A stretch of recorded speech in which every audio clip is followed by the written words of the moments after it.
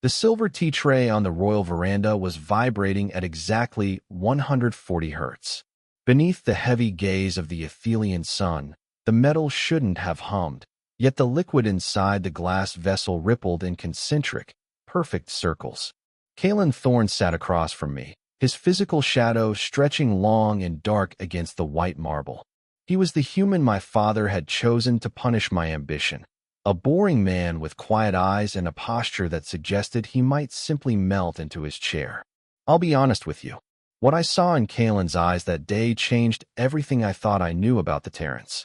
My skin shimmered a frustrated violet as I watched him. Through the heat, he moved with a strange, liquid grace that felt out of place in a man who spent his afternoons staring at nothing. With scarred, rough hands better suited for heavy machinery than fine porcelain, Kalen began the morning tea ritual. Across the garden, the high-born Athelian court watched us, their melodic whispers carrying the sting of mockery as they observed the princess and her assigned husband. On his right thigh, Kalen's fingers began a rhythmic tapping. I assumed it was a nervous tic, a manifestation of the postural laziness I'd come to expect from Terrans.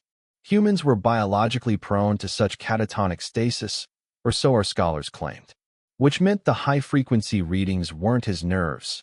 They were coming from outside the palace. Why was he counting the arches in the courtyard instead of looking at me? 6 light years away, in the dark vacuum of the zenith, a ghost ship drifted. No signals escaped its blackened hull, and no life support readings flickered on the syndicate scanners. Within the debris field of Sector 7 Gamma awaited the Void Swarm, their target systems locked onto the border stations of Ethelgard. They didn't want gold or territory. They wanted the man currently pouring tea in my garden. "You are remarkably still, Kalen," I remarked, skin rippling a restless shade of indigo. "Does your world not have storms? Or do you simply lack the capacity for motion?"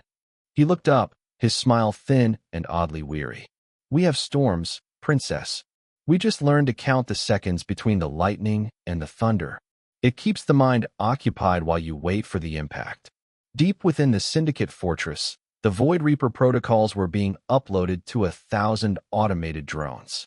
The Obsidian Protocol remained a myth to most, a ghost story whispered by survivors of the 11-day siege. The Korgan Shard took no chances. They moved with clinical efficiency, their heavy-plated skin clacking against metal floors as they prepared to breach the Athelian border. Every movement was calculated to exploit the perceived weakness of the garden world. The state gala arrived with a flurry of silver and violet. Among the shimmering Athelian elite stood Exarch Valsh, his massive Korgan frame dwarfing everyone in the ballroom. He was a creature of war, his skin thick and dark as obsidian, looking down at Kalen with a curl of his lip that promised violence. Before the entire court, the giant warrior stepped into the human's path, his booming command silencing the music. "Is this the best Terra could send us?" Valsh spat. The giant's command, Kalen ignored. Instead, he adjusted his civilian cufflinks with a deliberate motion that bordered on the absurd.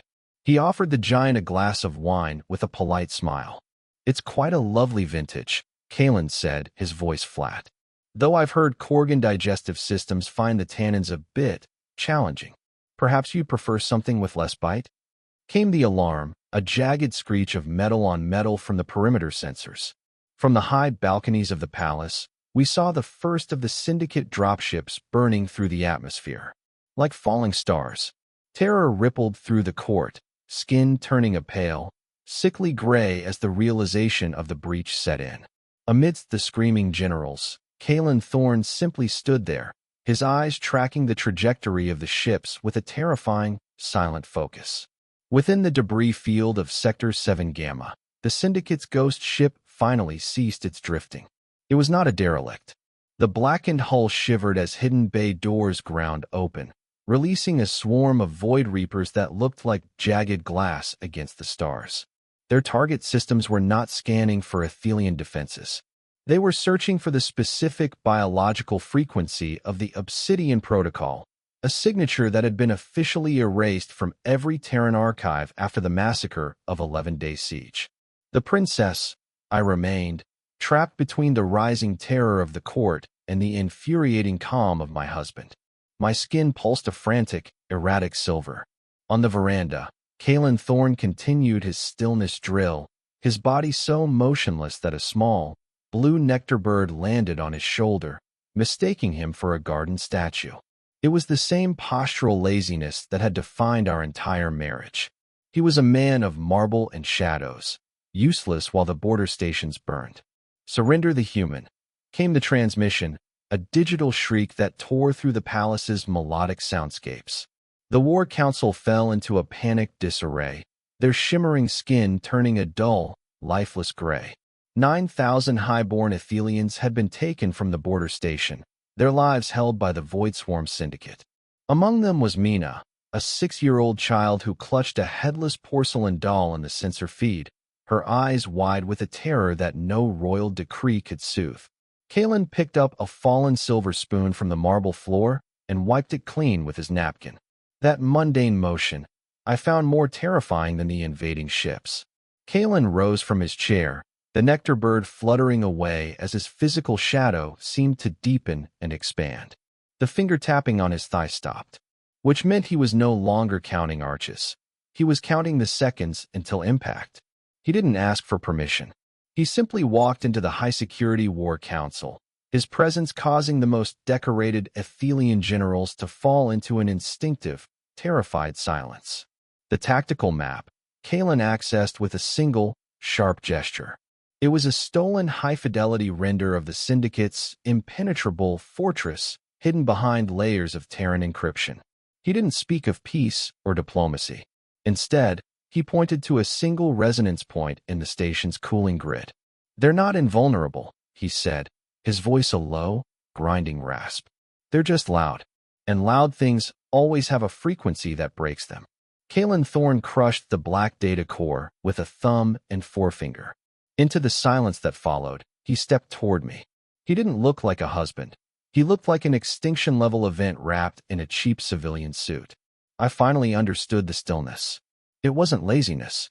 It was the mental dam holding back a capacity for violence that the galaxy had tried to bury. To his unmarked black stealth ship, he moved with the liquid grace of a predator returning to the hunt.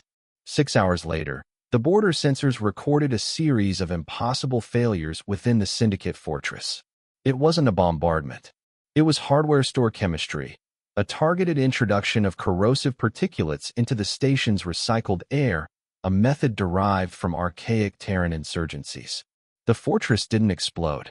It simply fell into a total, silent collapse as the power grid dissolved. Every hostage was recovered. When Kalen returned to the palace garden, his clothes were torn and his scarred hands were steady. He sat on the stone bench, his face etched with an extreme exhaustion that made him look 1,000 years old. I approached him, carrying a single, unbroken glass of water. It was the glass vow of my people. We never break a vessel we have shared a drink from. My skin shimmered a soft, protective violet as I sat beside him. Kalen took the glass, his fingers brushing mine. The rough texture of his skin felt like a bridge between the war he had finished and the peace we were trying to build. He didn't talk about the 9,000 lives or the ships he had dismantled. Instead, he watched the nectar birds returning to the trees. The human was remarkably still again. In the garden, Kalen's scarred hands held the porcelain cup without a single tremor. The silver tea tray remained perfectly balanced on the marble table. Beside the empty chair, the blue nectar bird returned to its perch. The palace shadow lengthened across the silent courtyard. A single white flower petal drifted onto the still water,